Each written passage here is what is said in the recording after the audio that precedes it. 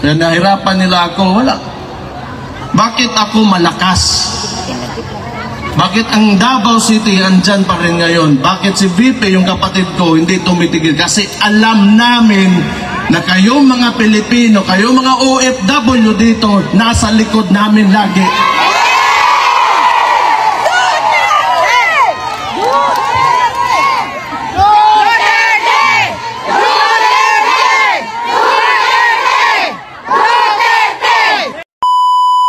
Bawat sandali Andiyan na si Basti! Basti! Si Basti! Si Basti! Nalito tayo! Mga kababayan, maraming salamat po Andiyan na si Basti! sa inyong suporta at yung patience. Andiyan na si Basti! Ladies and gentlemen, ang kapatid ng future President of the Philippines, ang napakagwapo, wala pa daw. Oh shit! Relax naman Okay tayo, na! guys. Wala naman eh! Saan sulong Huwag ito? na tayo atat na atat. Si ate na kanina, sabi niya, ayoko nang umupo. Ngayon nakatayo na siya. Yung naman nakatayo, umupo na naman. Ayaw na kasi! Siya po ang elected Vice Mayor ng Davao City. Relax muna tayo, guys. Parang, okay, marag December daw magnaong.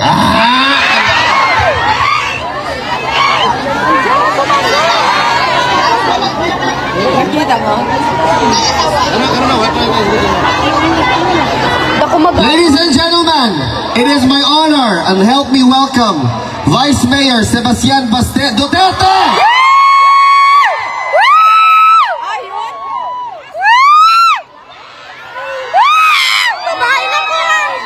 Duterte! Duterte! Duterte! Sir,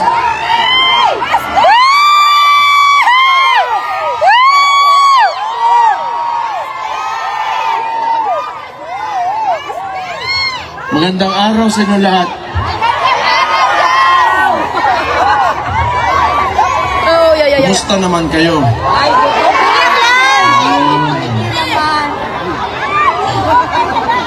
Maraming salamat sa lahat ng pinakita niyong suporta. Alam niyo naman na sa Pilipinas kami, yung tatay ko nandito ngayon, di ko pa nakikita. Kakarating ko lang kaninang umaga. Oo nga. Masaya naman ako na makita kayong lahat dito ngayon. Wala lang talaga kaming magawa sa sitwasyon ngayon kasi pag kung makita nyo Tumawat ka tikas din yung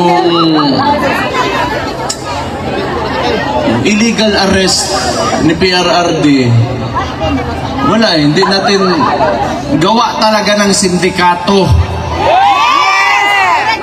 So hindi namin nakita because siguro si PRRD lang kung tatanungin, maybe he trusted the judiciary doon sa Pilipinas.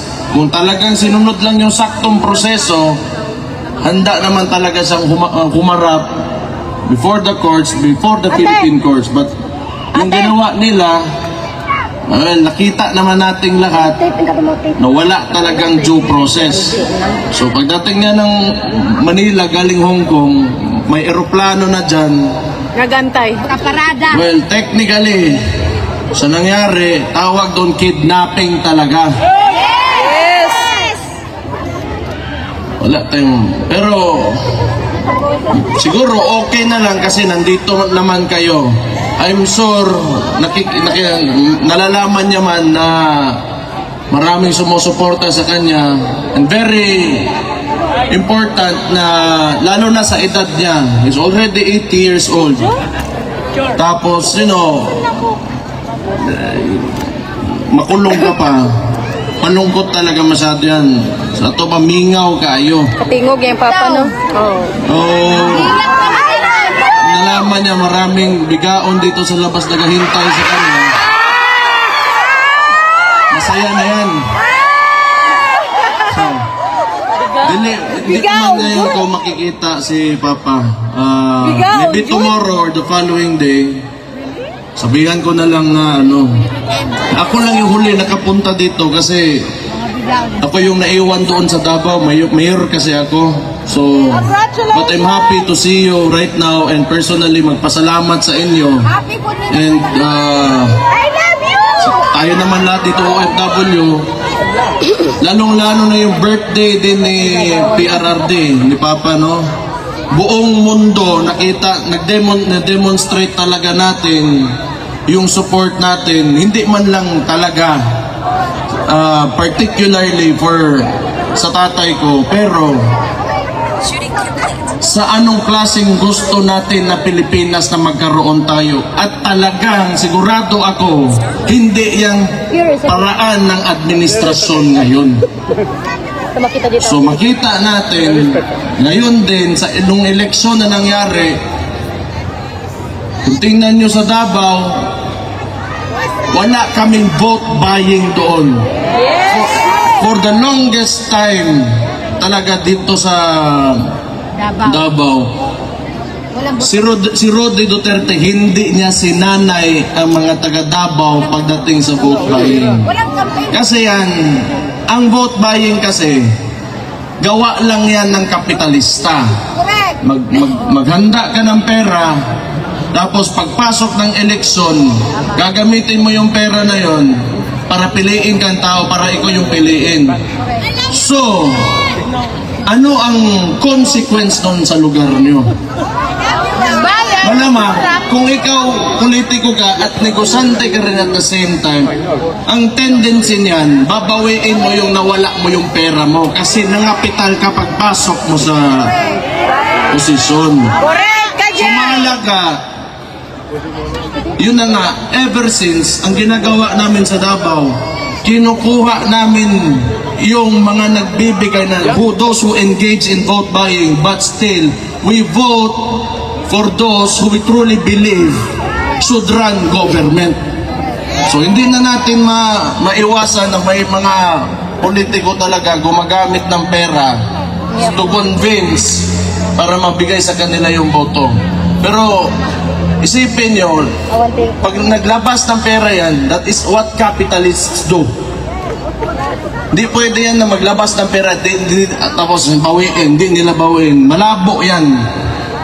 Pero pwede naman talaga na kung pumasok sila dyan, o di parusahan nyo, you take their money, then you vote for those who sino talaga yung karapat-dapat na mamuno dyan sa lugar.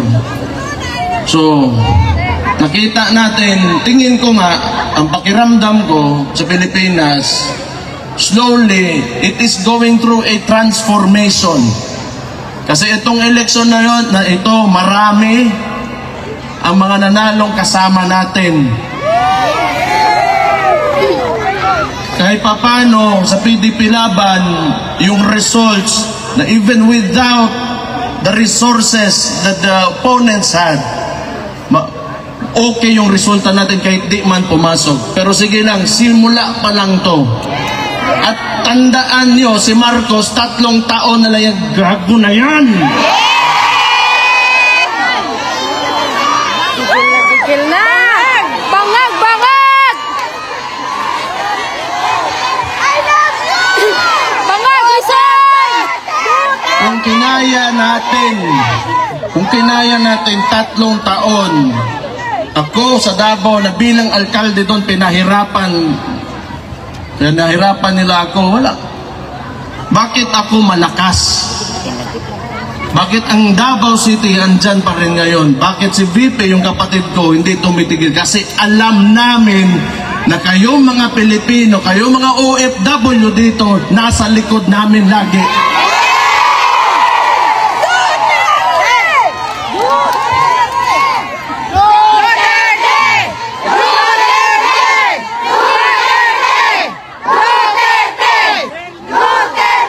Kasi naiintindihan ko kayo, lalo na kayo mga OFW. That is why yung suporta talaga kang PRRD, at maraming salamat din sa kapatid ko na nasa kanila talaga. Kasi may point of comparison kayo because you are living outside of the Philippines and lalo na dito sa Netherlands, dito mga Scandinavian welfare states, pati yan Germany. Alam nyo, yung pera ng tao na uuwi sa mga tao. Pag yung pera natin, yung buwis natin binabayad dyan sa Pilipinas, ewan ko lang, potang ina ko nakabalik pabayan dyan sa potang ina.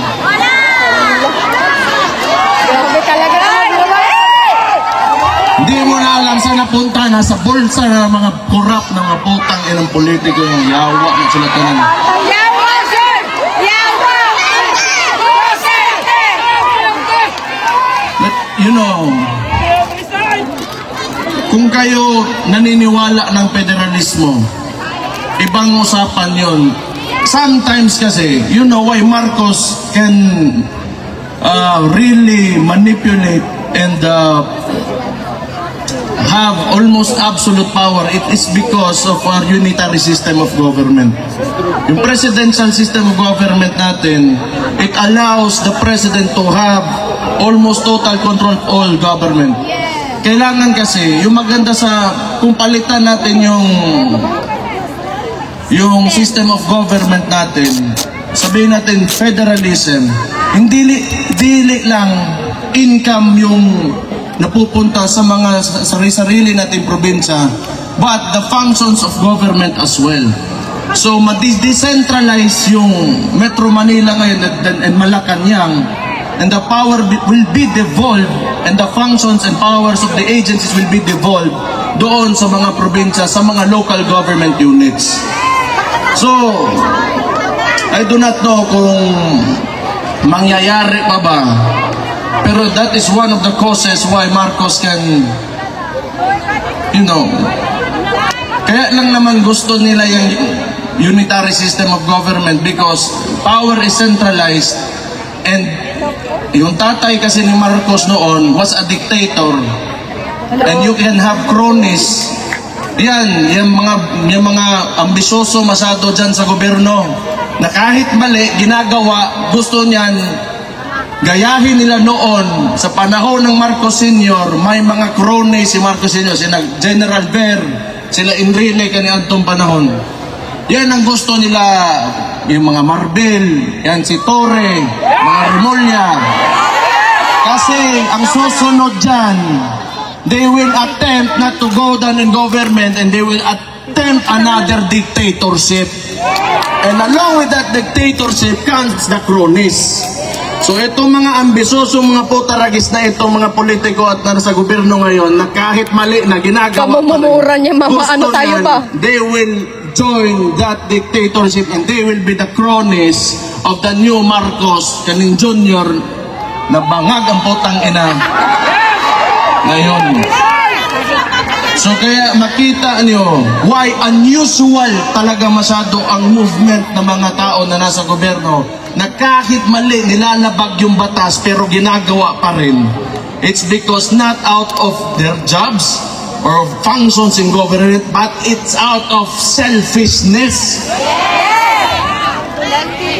Pero hindi talaga yan because ngayon kahit tingnan nyo ilang demonstrations na nangyari since yung gago na Marcos na yan.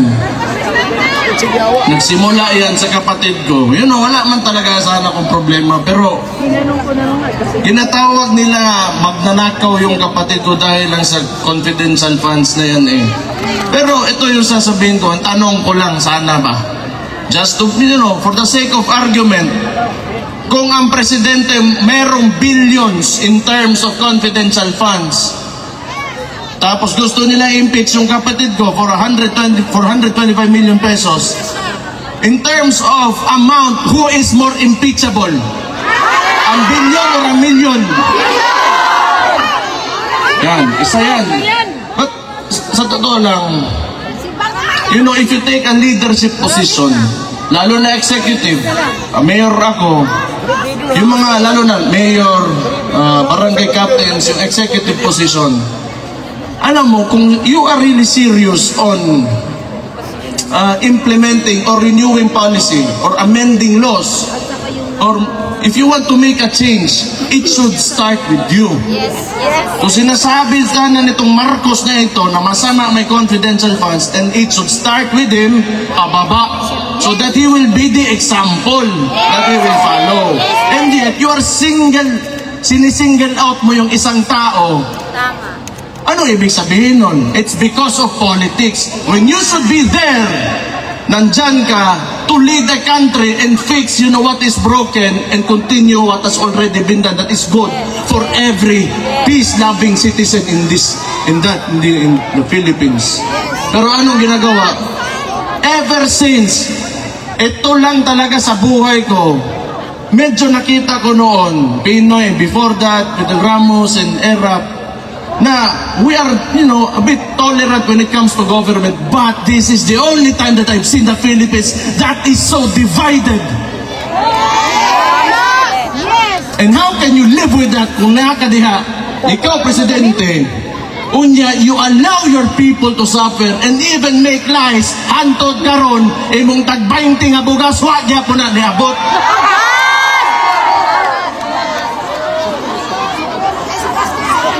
Matay mahimo sa buang sa lingkod, gina. Pero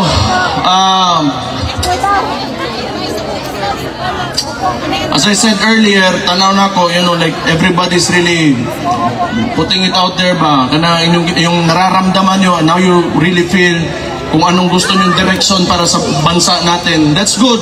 I think you should continue doing this kasi we will do the same thing. I will do the same thing.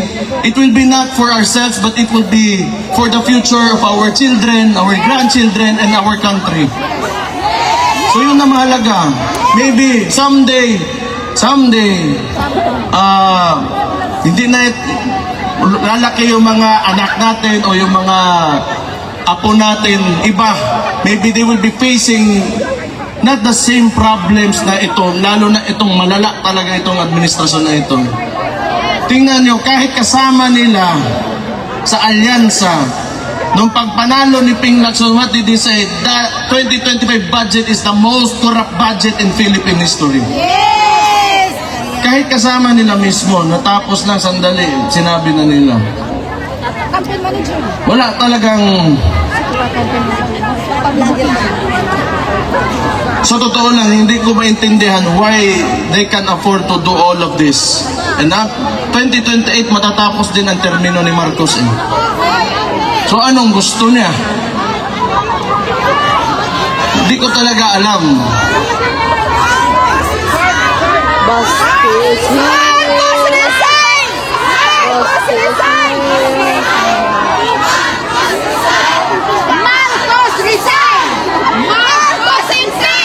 Sana nga talaga. Sinabi ko na yan eh. Noon pa yan.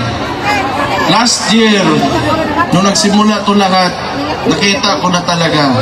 Itong, the way they run things, yung pakiramdam nila para silang hari eh. Everybody below them, wala na kayo. You are slaves.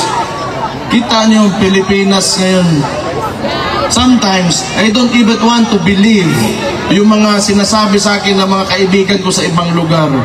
Luckily for us at Davao City, we have been able to maintain the peace and order and the services na hinahatid ng government namin sa mga constituents namin. But it's really sad to hear other people who are disappointed with what's happening now in the country. But ito rin yung maganda rin. Maging contrast ito. If you truly believe in the governance of Rudy Duterte, may anak pa naman siya dyan, isa na yung kapatid kong babae. Kung gusto niya ipatuloy yung tunay na pagbabago, pilitin natin na tumakbo ito noong 2028.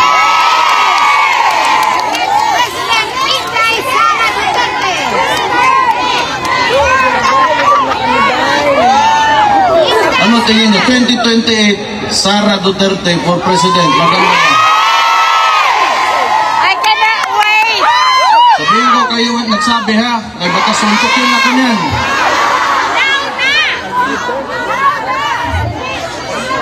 Pero ito yung gamitin talaga natin na experience natin when the government fails its people.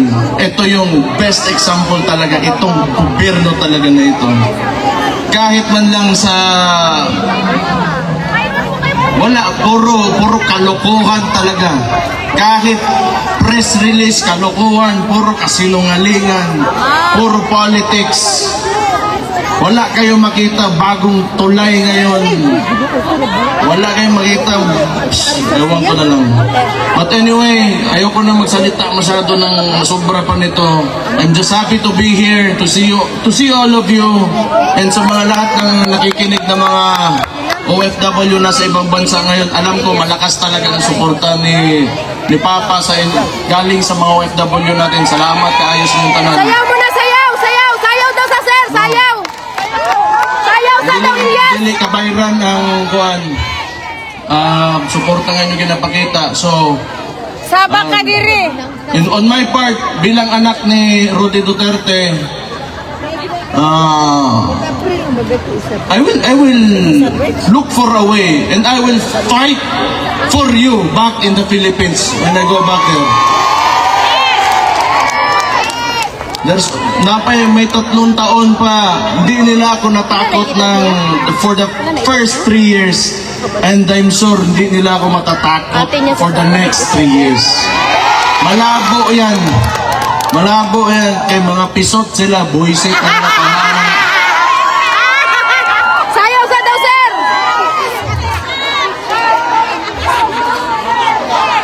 As long as we remain to be peaceful and God-fearing Filipino citizens, believe in the have aspirations for our country. Andun naman kami lahat, yung mga kababayan nyo, nandun, lumalaban talaga kami. Lahat naman tayo, ang problema lang talaga sa Pilipinas, because of very centralized government, yung mga nasa taas, may mga posisyon, yung mga matagal na political dynasties, gusto ng ganun because they can maintain their power. Because it's a conservative form of government. Kasi pag naging progresibo tayo, threatened yung mga positions nila. Gusto kasi nila ituturo lang sa presidente sino malalagay, ganun. Government ngayon is not based on merit, but tingnan nyo anong nangyari. You have a chief PNP na 3 ranggo ang tinalunan para maging chief PNP. It's because this is not merit-based promotion. Pabor-based promotion diba? So, balik na ako dito, I have to face that. Kasi kung sana po yung buhato na ng diwata, kusit na ito. 5 ka, nagbenta lang ng Paris Overload, sumali ng party list, naging kidnapper, naging chief PNP si Diwata. Nadamay pa si Diwata. Si Raulo. Pero alam nyo, tingin ko, pag magkuha yan ng neuro exam, di yan makapasar. Buang talaga yan. No, nobody in their right mind would do what he did. Yung sinakay na si PRD sa aeroplano, because he is a police officer. He knows the due process. Kung nag-iisip talaga yon, kung sakto yung utak niya, hindi, bagsak sa neuro yan. Sigurado ako. Along the way, may bakukang na nasuot sa utok, ana ba? Sa ulo. Magkakaon siguro panos nga sa bariha, pansit. Oo na, pero nobody in the right mind would do that. That's totally illegal, and you know, the consequences of these actions are heavy, sa totoo lang. But we have a government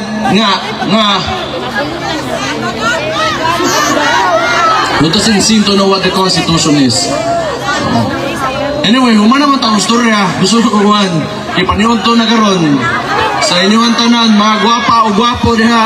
Sayaw sa daw sir, sayaw sa daw. Wala naman kayo. Ilyas!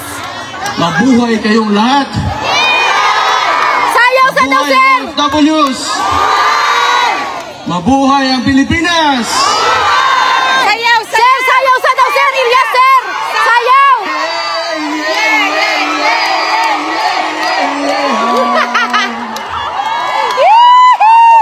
Ang buang mo Sabang ka nila Salamat kayo ha. It really means a lot sa family. Nagparang And I'm sure, lalong-lalo na kay PRRD to know na you are always supporting him. So thank you. Yes! Sayaw Mabuhay muna. kayong lahat. Sayaw sa daw, sir! Sayaw, sayaw! Sayaw sa daw, sayaw! Sayaw muna, parang happy. Maraming salamat po, Vice Mayor Sebastian Baste Duterte. Okay pa ba kayo?